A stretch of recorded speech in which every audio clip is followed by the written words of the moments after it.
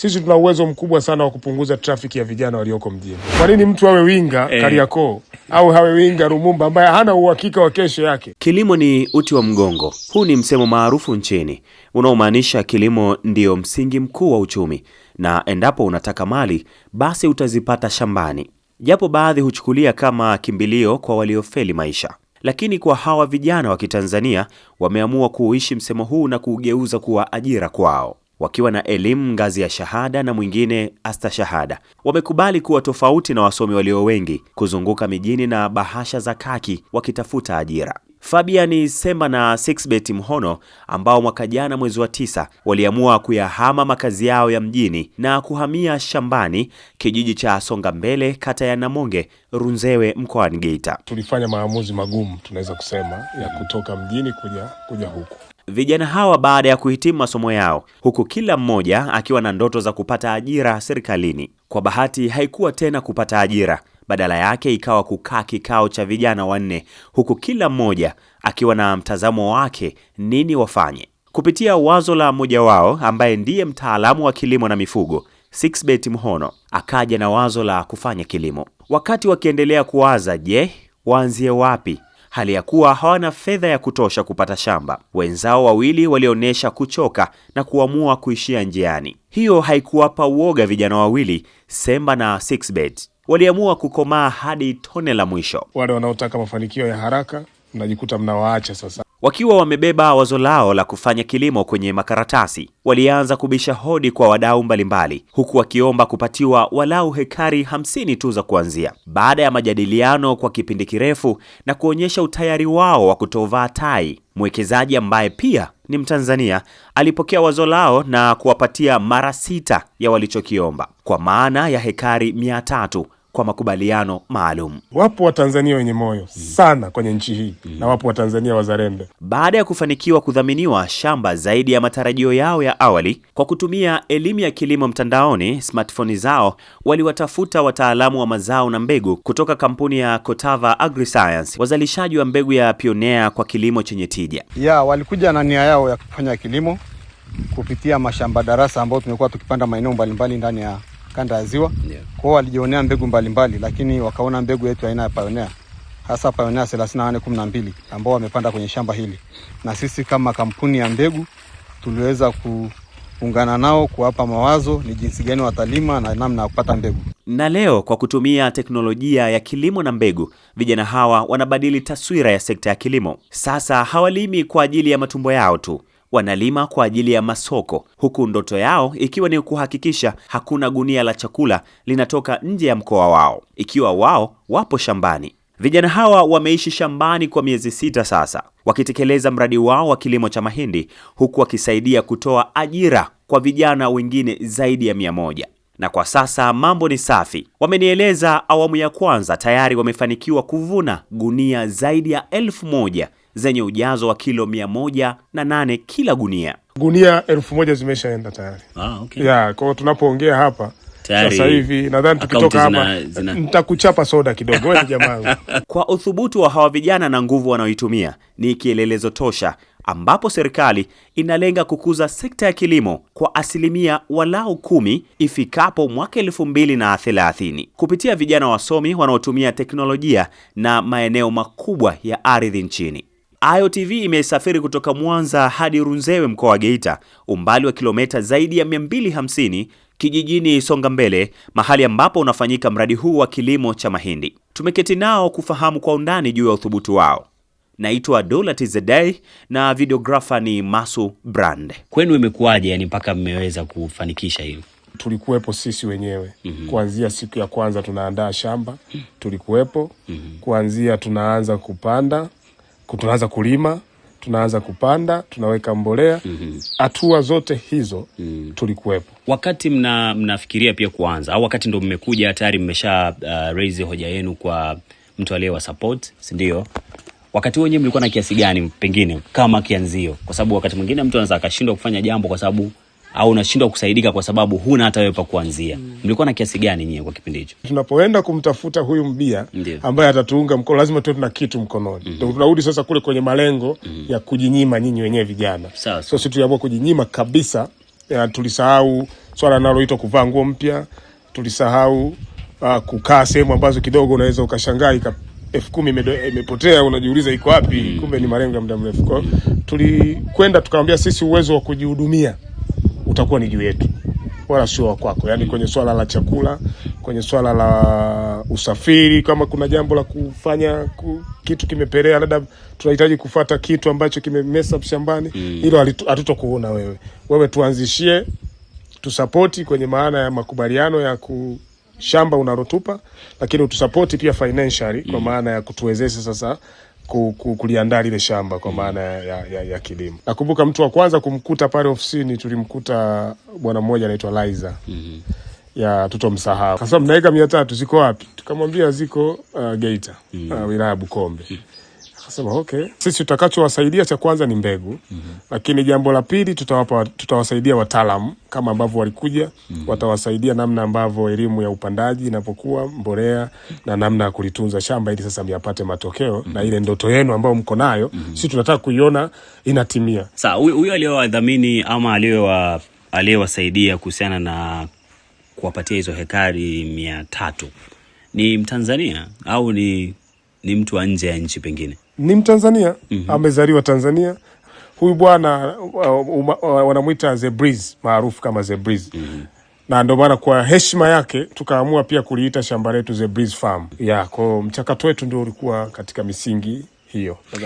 Sawa, mpaka sasa hivi tuko shambani. Tuambie sasa, baada ya huo mchakato wote, mavuno yakoje kwa sasa? Mavuno kweli yamekubali. Kuna wakati pia naona kuna watu wako shambani wanaendelea na shughuli. Tuna vijana wengi, yani na hii niseme kabisa, light kama wasingetokea hawa watu kutuunga mkono, ina maana ndoto nyingi zingekuwa zimepotea. Hizi ndoto ambazo leo tunaonekana ni dhahiri. Bwana, mpaka sasa hivi tunapoongea brother, tumepata magunia zaidi ya 1600 kwa shamba ambalo tumevuna la awali ambalo ni ekari kama 100. Kwa sasa hivi tumebakiza ekari 200 ambazo ndizo tunaendelea kuzivuna. Na target yetu ilikuwa tupate almost magunia tuseme tani 40. Ndio ilikuwa target yetu ya tani 40 mpaka 50 kwa target yetu. Na kwa tunavyoenda tunafika. Nyie kama vijana pengine, kwa nini hamkuwaza labda kwenda hata kwenye madini, kuchimba, kutafuta dhahabu na nini, mkaamua kwenye kilimo? Yani mliona nini hapo? Kilimo ni fursa, kilimo ni maisha. Huyo kabla hajazama chini, sipaka ale. Utaingia chini na njaa. Kwa maana anaenda kutafuta dhahabu. Unaenda chini kule, kuponda siku na sio kublast na kupata upite kwenye mwamba. Lazima ushibe brother.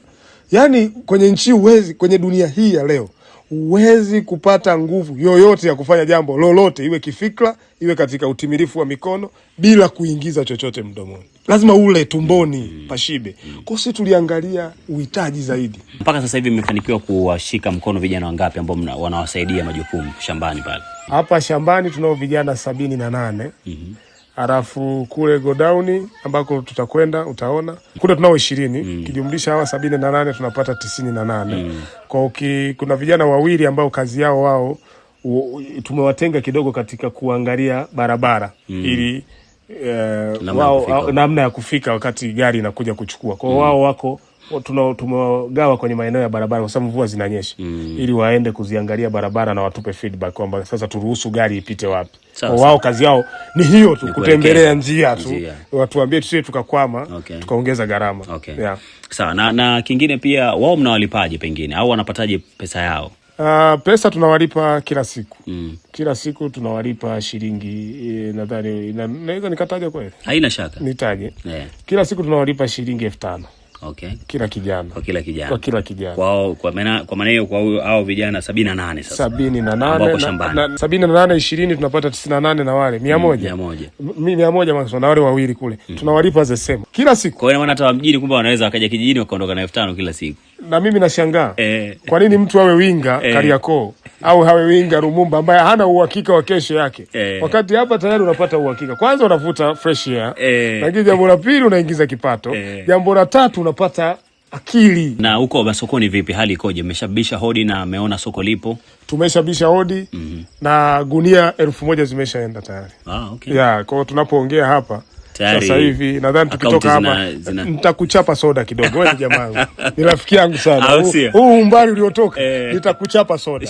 Na nitakupa gunia moja uende nayo mjini. Ukawagawie pia nyumbani na vijana wengine. Asante sana. Na cameraman wetu hapa wapate kidogo na wenyewe. Huwezi kuondoka kapa. Umekuja kwa wakulima tena. Asante sana. Hiyo nimeipenda sana hiyo. Huwezi kuondoka kapa. Hiyo nimeipenda. Vipi labda kuna mmeweza labda kutafutwa labda na kuna mamlaka labda za serikali pengine zimewatafuta kwa jitihada zenu ambazo mmezifanya, au nyinyi mnatamani kufikia huko labda mamlaka ziwaone ili kuona namna gani zinaweza kuwashika mkono zaidi pengine? Tunaamini kupitia platform hii ya Millard Ayo sasa. Labda sasa ndio sasa wizara, mamlaka ituone kupitia hapa. Mimi naomba niongee na Mheshimiwa Rais, Rais wangu wa Jamhuri ya Muungano wa Tanzania, Daktari Samia Suluhu Hassan. Mheshimiwa Rais, sisi vijana tunakupenda. Vijana tunaamini katika maono yako. Vijana tulioko field ndio vijana ambao tunaweza kulisaidia taifa hili. Sisi tunachoomba, tuna mengi ambayo experience kwenye safari yetu hii ya kilimo. Lakini tunayo mengi ambayo tunaweza tukayatoa kwa vijana wenzetu, na tuna uwezo, na tunaomba hili, tunamuomba Mheshimiwa Rais. Najua mama yetu ni msikivu. Sisi tuna uwezo mkubwa sana wa kupunguza trafiki ya vijana walioko mjini, tukawaleta shambani. Na tumeshasema maisha yetu yatakuwa ni hapa. Kwa Mheshimiwa Rais anapotuona kupitia Wizara ya Kilimo, Mheshimiwa Waziri Godfrey Chongoro, nadhani wizara huwa ina zile program zao. Sawa? Sisi tutaomba kwenye zile program. Tuko tayari sisi kuongea na makundi ya vijana nchi nzima, kuyaambia mazuri ya kilimo, mazuri ya ardhi ya Tanzania. Na tunatamani sasa wale vijana wenye milioni 10 ambao wako mjini, kwani wafikirie kuuza makava ya simu, kwani wafikirie kuuza nguo na nini? Kwani sasa tusiwekeze kwenye kilimo? Kwa sababu mimi huwa naamini kutoka kilimo kuwa backbone to our economy, nao ni oxygen to our economy. Na hapa labda Dula nikuchomekee kitu. Sisi baada ya hapa tumeshazunguka tayari. Tumeshapata kuna shamba zinaenheng. Kwa tutachukua sisi, yani tunanunua sisi kwa fedha yetu baada ya msimu huu. Kwa tumekubaliana ile hela ambayo tutaipata. Cha kwanza lazima tununue shamba tena za kumiliki sisi wenyewe. Na tunakuhakikishia Dula, mwezi wa msimu wa kilimo ujao, sisi tutapiga zaidi ya hii. Kweli kabisa. Tunakuwa na uwezo wa kulisha hata mkoa mzima. Yani ututegemee sisi. Sisi utatutegemea mkoa wa Geita. Na kwa mfano labda kama hutojali, unaweza kutaja kwa mfano mnatarajia kupata kiasi gani kwa hizo gunia ambazo mtavuna? Kwa maana ya kifedha. Ni ukwasi mrefu. Ukwasi mrefu. Tunaongelea karibu milioni 400.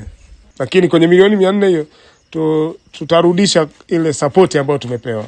Kuna makubaliano yapo ambayo mliyafanya. Makubaliano yapo ni kwamba gharama zote tuliandika ambazo tunatumia, ambazo yeye aliwekeza, ambazo tulitengeneza mfumo kabisa kama wa procurement, kwa maana tutakachokitumia lazima kiandikwe. Kwa hiyo tutakachokifanya baada sasa ya kupata ile fedha, tunakaa na walio tusupport kurudisha kila sehemu ambapo palitakiwa parudi.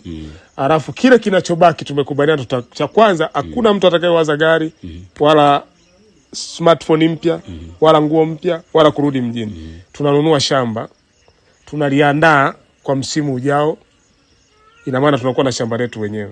Hata yule aliyotusupport tunamtia moyo, kwa sababu najua anaweza kusema anaweza kwenda kusupport sasa watu wengine wenye moyo. Na hii ni vijana wachangamkie fursa. Tumesema nchi hii ina mambo, ina watu wema.